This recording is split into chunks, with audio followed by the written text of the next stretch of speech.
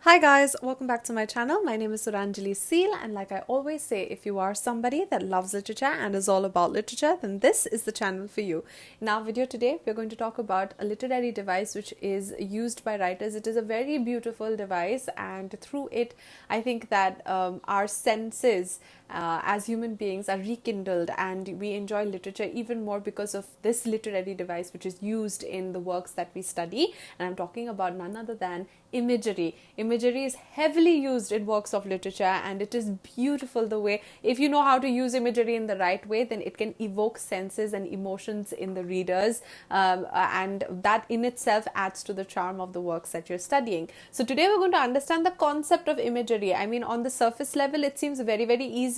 It seems as if, okay, that's nothing much to grasp. But when you have to talk about the concept, there are layers to it, which we have to understand as students of literature. So without any further ado, let's get right into it.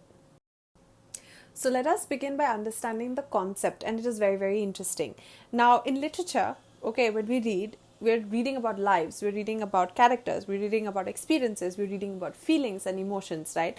That is, we're also reading about history, we're also reading about the age. So it is all encompassing, right? Now, I'll just tell you in a day-to-day, forget literature for 1 minute. Let us just address each other as human beings. Now, we have our senses as human beings. You, me, every other human being, even animals have their senses. Sense of touch, sense of smell, sense of vision. You have all of these things in us, right? Now, let us just have a look at the senses that we have. Let us just understand this. Let us remind ourselves what are the senses that we have as human beings. So first we have auditory, okay, auditory. It is music, you have noise and silence. That is whatever you hear. That is auditory, whatever you hear. Then you have tactile. Tactile means touch, your sense of touch.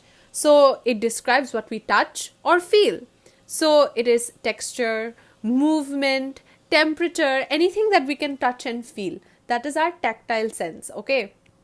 Then we have our sense of taste. That is our sense of taste. So that is gustatory. So gustatory, it is describes what we taste. So like sour, like sweetness, like bitterness, like salty, like acidic. This is what we as human beings can taste, okay.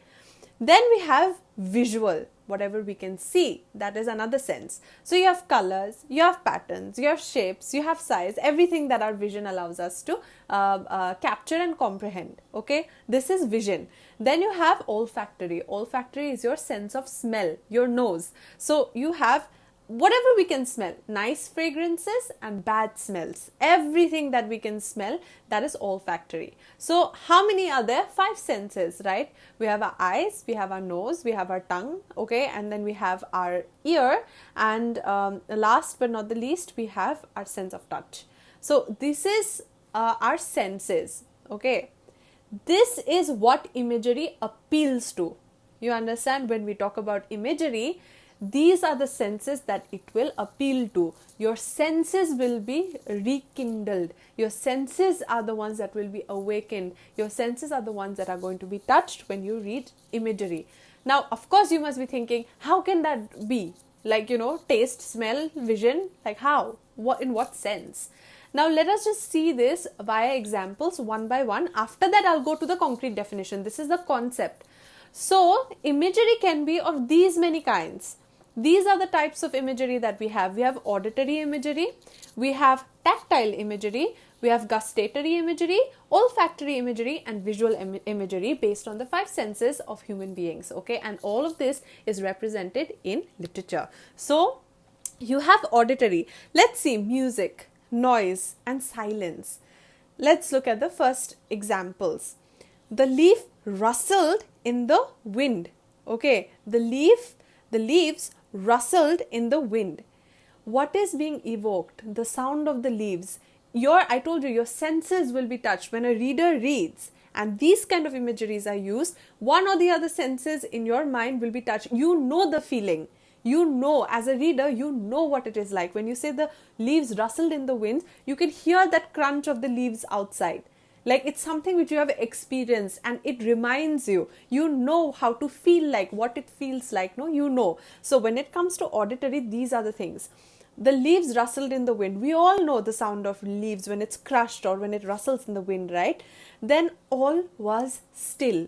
We as human beings also know what silence is like, right? All was still. When you find this line somewhere in any text, all was still, you are remembering what? The feeling of silence, pin drop silence, we say, right? No sound at all. So we know, we have these experiences as human beings. Then you have, her voice was like a nightingale's, or her voice was like a nightingale. So when you're alluding to a nightingale, you remember the sound of a bird. Her voice was as sweet as a bird's. You know what a bird sounds like. You know how sweet a bird can be. So when you are using auditory, that is whatever we hear, your senses, your sense of hearing is touched when you're reading that book. You know what it feels like, and that hits you, right? In an emotional level, on an emotional level, whatever you're reading, you can feel it because you know how it feels. You can relate to it more because you know how it feels. Okay. So this is the idea behind all of these types of imagery. Now let's look at tactile. Tactile means your sense of touch. These are just examples I'm giving you, okay? So that you understand the concept, definition and all that, so everybody can mug up, right? But then I think that concept clearing is very important, and it's interesting also, right? So you have tactile, whatever we touch or feel. So you have texture, you have movement, or you have temperature, everything that we can touch or feel. So example, the sand was hot under her feet. Like walking on tiny coal. You know how charcoal, when you burn charcoal, you know it's hot, right? It's impossible to walk on the charcoal because it burns your feet. So they are saying the sand was hot under her feet. The sand, it was so hot. We all know, if we've been to a beach, you know how hot the sand can get. It cools also easily, but then the sand gets hot, right? And you're standing on it and it's really hot. And you are comparing that to coal, burning coal. You know both how they feel on your skin. We know both. We know how the scorching heat can feel on your skin. You also know what coal can do to your skin, how it feels, the burning, how does it feel. So, this is again alluding to your memory of what these sensations feel like. Then you have the pain pierced her like thorns. So that piercing like a thorn, right? It pricks, right? That also we have had experience as human beings, everything that we touch or feel. So when you read something like that, you know it, that's how you relate to the literature that you're reading, because you have experiences of all this. Then you have, her life melted his heart of ice. Her love melted his heart of ice. Love conquers all. So you can, heart of ice, that means it's cold. It's not sensitive. It does not like it. It's cold. There's no warmth in the. We know what ice is like. We know what ice feels like. It's freezing, right? And then you have, her love melted his heart of ice. So what love can do? If you felt warmth from somebody, kindness from somebody, friendship from somebody, you know that it's warm enough to make your day better, right? So all of these experiences are very human. So human experiences are again rekindled when you use these kind of imagery. Then after the match was over, I felt light as a feather. So you know what a feather is like. When a feather is floating in the air, you know that it's light enough, no care in the world. So after the match was over, I felt light as a feather. So this is like, just to tell you what imagery is. Imagery is like, it's focusing or reminding you of all these memories or all these experiences that you have had as a human being. Then you have gustatory imagery. So this is sweet, sour, bitter, everything based on smell. So let me be your cup of coffee. I write poetry, so this is one of the lines that I had written. It's part of one of the poems that I had written. So let me be your cup of coffee. So a cup of coffee can rekindle so many memories. Cup of coffee keeps you up at night. Cup of coffee refreshes you. Cup of coffee keeps you going during the day. It's like a support system, so to say. So let me be your cup of coffee. So when even the taste of coffee you remember, right, when you hear this. So let me be your cup of coffee. So that's the kind of imagery that is rekindled, okay? It was a bittersweet goodbye. Bittersweet goodbye. We know how it is. When we have a loved one and you have to say goodbye to them, if you have a friend visiting and then that friend has to leave, it's a bittersweet goodbye, then their behavior towards us was very salty. So you know how salt tastes like. It's very salty. If somebody's behavior towards you, it's salty, it's on the negative side. Okay, so we know what salt tastes like. It's not sweet, it's salty. So their behavior towards us was very salty. They were all sugar, spice, and everything nice. This is a very commonly used line: sugar, spice, and everything nice. So we know sugar and spice, so mixture of both. So they are, when you use these kind of imageries, it's actually you are remembering what all of these tastes are about, and you can relate to it because you have experience of all of this. Okay, then you have olfactory, describes what we smell. So you have nice fragrances and then you have bad smells. So let us just look at the example. So the aroma of freshly baked bread waffled through the air and warming the soul. So freshly baked bread smells so good. If you walk into a bakery, it'll smell so good. So this actually spread out into the air and it warmed your soul. So the moment you're sitting and reading this line, aren't you imagining a bakery? Aren't you imagining the smell? Can't you remember the smell of the bakery and the bread and the cakes that are made there? So it's all based on human experiences and our senses that we use in our everyday lives. That's why it's relatable. Then you have, she reeked of jealousy. Reek, no, is smell. It's bad smell. So when you say she reeks of anything, it's always negative. So she reeks of jealousy. So imagine you're walking by a drain. The drain reeks. It doesn't smell good. Okay, it smells bad. So you're saying she reeks of jealousy. It's a negative thing. And then you have, the moment she walked in, it was as if someone had put a bouquet of jasmines in the room. So I mean, I just made this line up actually for this example. So it is worthy. I mean, this is valid, I guess. She says that, I mean, what I have written here is that the moment she walked in, that means someone walks in, it was as if someone had put a bouquet of jasmines in the room. So the smell of jasmine, maybe her perfume was of jasmine, she sprayed the perfume of jasmine, or she smelled so good that the moment she entered the room, it was as fresh as jasmines. So we are actually remembering what these flowers smelled like. So this is your olfactory. And lastly, you have visual imagery. So visual imagery also is very widely used in literature. So it is about the colors, patterns, shapes, everything that the eye can grasp. Everything that the vision can see and grasp, that is all visual imagery. So the sky was clear with white clouds. The sky was clear with white clouds. We see it every day outside. Okay, it's as simple as that. It's as simple as this. The golden rays of the setting sun reflected on the lake. We see it every day. You can, these are the things that you can actually imagine. Right now, when I'm also saying this to you, can't you imagine a lake where the setting sun has its golden rays? So if to make it more complicated, if somebody says her hair was as golden as the rays of the sun, or her hair was as golden as the setting sun, or something like that, you'll immediately have the image in your mind because you know what it looks like.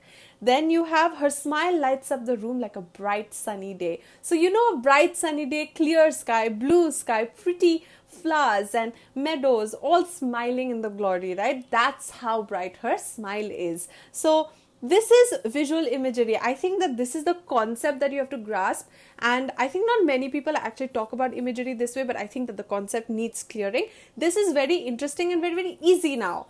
Don't you see? It's like everyday things that we go through, and this is employed in literature. So now in the next slide, we're going to talk about the concrete definition with examples, and we're going to conclude with this video for today. Okay, so let us look at some concrete formal definitions of what imagery actually means. Okay, so this is something which is it is a formal definition. So I've given 2 or 3 of them to actually figure out whether we've understood the concept or not. So the first one, in literature, imagery refers to words that trigger the reader to recall images or mental pictures that engage one of the 5 senses. So basically what they're saying here, it triggers you. Triggers what? Your memory of one of these 5 senses. It triggers one of the 5 senses. It makes you recall mental images, mental senses, those touch, smell, everything in your life that you have accumulated as human beings.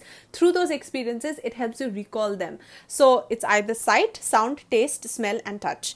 Imagery is one of the strongest literary techniques because it connects to the personal experiences or memories of the reader. So it is one of the strongest, remember this, it is one of the strongest literary techniques because it is very personal. When we read any work and we come across imagery, it is on a personal level because these are based on experiences, our real life experiences. And you know that at least one of our senses is always working 24/7. One or the other sense is always working. So you know, it's based on that level, it's based on that connectivity, that depth, that proximity to our day-to-day lives. You know, our senses, eyes, touch, nose, you know, our taste, hearing, smell, all of these things are constantly at work. At least one or the other is at work. So we are accumulating constantly experiences every day, and these are the things that are again triggered, or these are the things that we remember when we come across imagery in literature, and then we can strike a personal chord with whatever we're reading. So imagery examples in literature encompass the use of descriptive language to evoke sensory experiences and paint vivid pictures for the reader. So imagery you'll find almost heavily in any novel, any poem, you'll find it heavily used again and again, and that is because literature is again the expression of life, and that is why we relate to a book on a personal level, right? And then imagery is a literary device used in poetry, novels, and other writings that uses vivid descriptions that appeals to a reader's senses to create an image or idea in their head.